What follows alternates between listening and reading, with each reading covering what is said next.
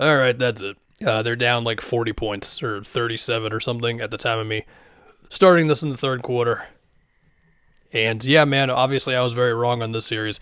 As far as this game is concerned, like, I don't know, they had to go crazy from three. And of some of the good looks they got, they didn't go in.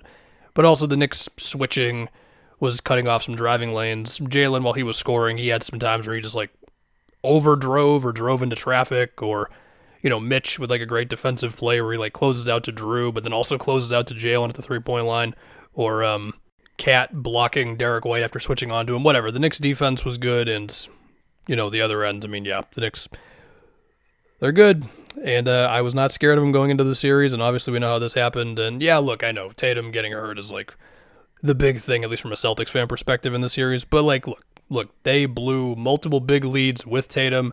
And also they beat the Knicks by 20-something without Tatum in one game. So for what all that means, I don't know. But yeah, I mean, based on the way the first couple of games went, based on the way that the Cat switching onto Jalen and Tatum was way more successful than I thought it would be, and put the Celtics into just some bad ISO basketball at times.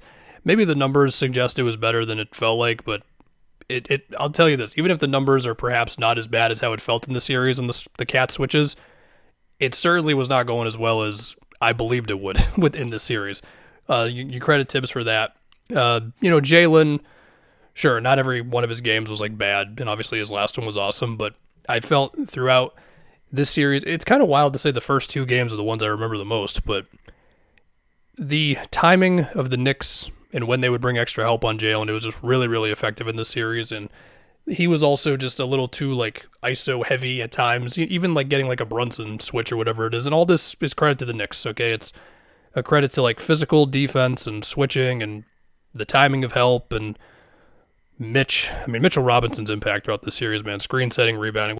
And if I can try to take some lessons from this series, if you want me to do any like future of the Celtics talk, I basically did that in the Tatum's out for next season video.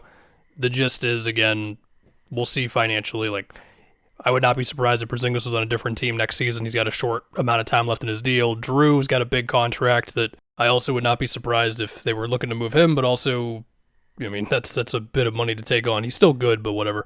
And also, we'll see with Horford. If I can have a big takeaway with this series, I don't know, physicality is a big thing in the playoffs. I mean, we all know that, but I guess I needed more of a reminder of it.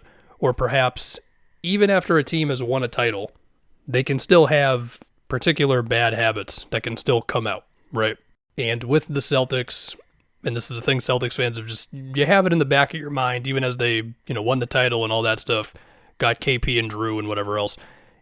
Sometimes the offense would just get kind of stupid, where it goes from the ball zipping around and multiple driving kicks and they're up 20-something because of threes and everything, or Tatum and Brown just drive and get whatever switch they want.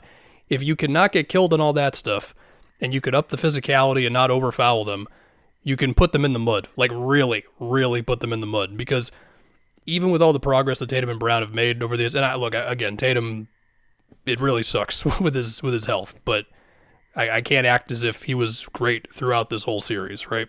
At their core, they are still like, I'm going to go cook type players, even if as they've made progress with their shot charts and their passing, etc., and the Knicks were just able to put them into their worst habits and still guard that stuff pretty damn well. Sure, they still missed some threes that I'm sure they feel good about, but with the blown leads that the Celtics had in this series, you can't just chalk it up to, man, we missed some good ones. And yeah, of course, whatever happened to Porzingis certainly matters in this too, but again, because of the leads they had, they could have still won this with Porzingis playing like he did. And also, for as many good perimeter defenders as you can have, a perimeter defense that locked up Kyrie in the finals and slowed down Luka enough with switching, whatever the hell. Brunson, even if he might, for the game, overall, not have shot great in like some of the games in the series, there was always like, or what felt like a stretch in a fourth quarter or whatever, where he was going to get the switch he wanted, or even if he didn't, he was going to make some crazy shots or draw some crazy fouls. So there's that. I always was questioning Cat, going into what felt like every single game of this series. Is he going to body the smaller guys in the post? I mean, in this one, he was aggressive as hell, and he's got Horford on him. He's taking him off the dribble. Horford did not guard Cat as well as I would have hoped in this series either. Mikal and OG did what they do. Yeah, man. I got nothing left. Credit to the Knicks. I did not believe in them. And there you go, man. That's it.